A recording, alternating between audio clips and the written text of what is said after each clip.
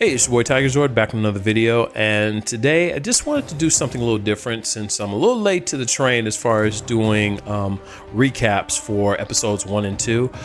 In this video, I'm going to basically just highlight some big moments and also discuss some theories that I have that I've been thinking about since the episodes aired and how they can possibly lead to maybe some big reveals later on. So spoiler alerts for this video in regards to episode 1 and 2 and possible theories. Okay, with that being said, let's get to the rest of the video. And first thing I have to highlight is, of course, Cyclops and his optic beam choreography throughout this episode. In this first scene, I thought I was looking at Iceman.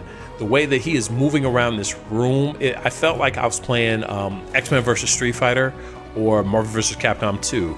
In that fighting game, basically his optic blast could move him, and it was just such a versatile tool. It wasn't just some laser beam he was using. It was like he made the optic blast a part of him, and like as it should be. And in this opening scene, it was great. But there's another section later on in the episode where it really just shines. Parachute? Who needs a parachute? Who needs to be able to fly? I was like, wait a minute, Cyclops can't fly. What is going on? My man is moving. Not only is he falling through the sky, but then he gets into this pose like he's diving. He uses his optic blast as a landing thruster to give him a soft landing. I was like, whoa. This is premium top tier Cyclops right here. Then I could not possibly talk about episode 1 without bringing up Omega level threat detected, or given the forecast. People who have used both names for this scene. My queen comes out, striking lightning on the sands, creating fulgurite. Yes, fulgurite is the actual term for it. I had to look this stuff up. Yeah, this is actually something that's sold online. You can look it up. Petrified lightning. And I was just blown away at what happened here.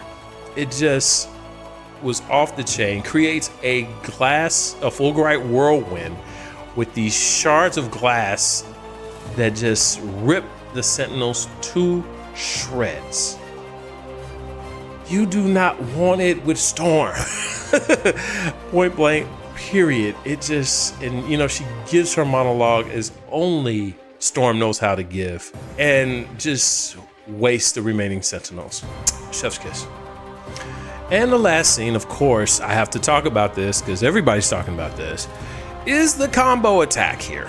Now, I have been watching this show. As a matter of fact, I even did a marathon of this show prior to watching X-Men 97.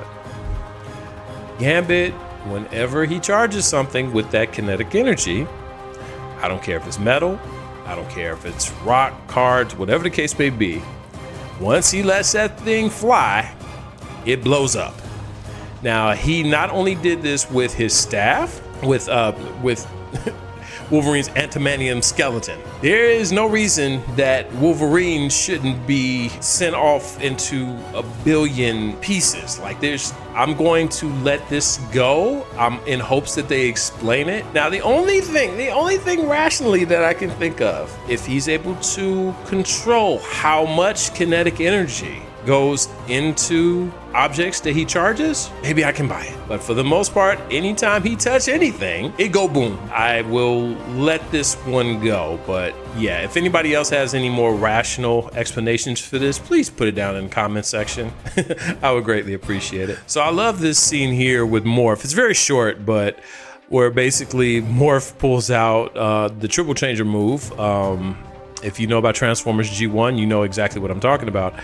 But this was really great to see him morph into two characters I hope to see. Both, I love Psylocke and Colossus. I was just happy to see those two. But initially, when I saw Lady Deathstrike, I was like, wait a minute, what's going on here? Like, she's coming to the rescue? But yeah, no, you realize it was Morph. So it was a cool scene.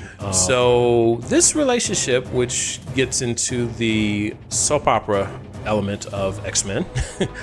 Now, a friend of mine did go ahead and send me some information on how that Magneto and Rogue are able to have physical contact.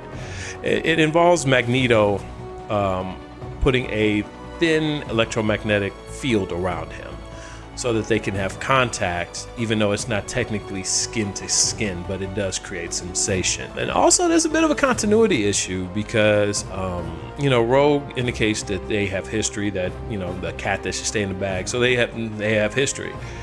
That was never touched upon in the original series. I don't know if some things are being retconned because this is supposed to be a direct sequel.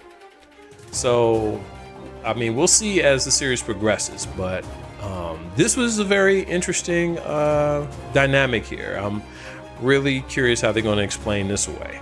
Now, another situation that came up at the very end of episode 2 was the arrival of who we all have theorized to be Jean Grey at the door of the mansion.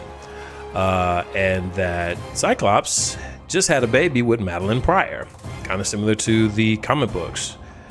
But when would this have happened? The theory that I have is that if, of course, going back to the original series, the last time that Sinister had access to Jean Grey was the Axis of Time arc, Beyond Good and Evil, where Apocalypse was kidnapping psychics. And Sinister had unfettered access to Jean Grey at that time. He even said, and I quote, I can start an experiment here and go into the future to see if it works. And after that particular episode, we never saw Sinister again throughout the remainder of the original series. So I think that's when he may have been able to do a bait and switch with Apocalypse, whereas he probably kept the real Jean Grey to himself and put in his clone while maybe Apocalypse was occupied. So we'll see how it turns out, but that's my theory as far as when the switch happened, not if the switch happened. So yeah, we'll definitely stay tuned for that one. If ever there was a moving scene, it was seeing our girl lose her, just after that dominant display in episode 1, and then for her to that wore me out. And Magneto, but when he brought him up to the stratosphere, I was like, oh, these people are cooked. Like I just was like, well, Magneto's back to his old ways. But he gave them a lot of grace, and he managed to turn it around. I was really proud in that moment because none of us would have blamed him in the slightest if he had just let all of them just die. This was just a powerful, moving scene, and it really just gave you that drama that you come to know the X-Men for. Well, this wraps up the first installment for the Danger Room, doing highlights and theories for episodes 1 and 2. I hope you enjoyed it. I will be doing more detailed recaps going forward, giving you a play-by-play on each episode up until we get to the finale of the season. But what did you think? Leave a comment down below, and thank you so much for watching.